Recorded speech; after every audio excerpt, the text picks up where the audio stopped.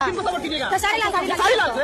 आप खेसारी के कमी है, कमी कुछ बताइएगा तो खेसारी लाल जी तो पूरा करेंगे। कुछ कमी है? कमी नहीं है, मगर खेसारी लाल जीतना चाहिए कि सबका सुविधा वो कर सके, इसलिए खेसारी लाल को हम जिताना चाहते हैं। वो कुछ नहीं है तो इतना हम लोग के लिए किए हैं, अभी जीत जाएंगे तो और कुछ भी करेंगे। सबका दुख समझते हैं, वो हम लोग जैसे हैं और वही जीतेंगे तो आगे का बढ़ेगा।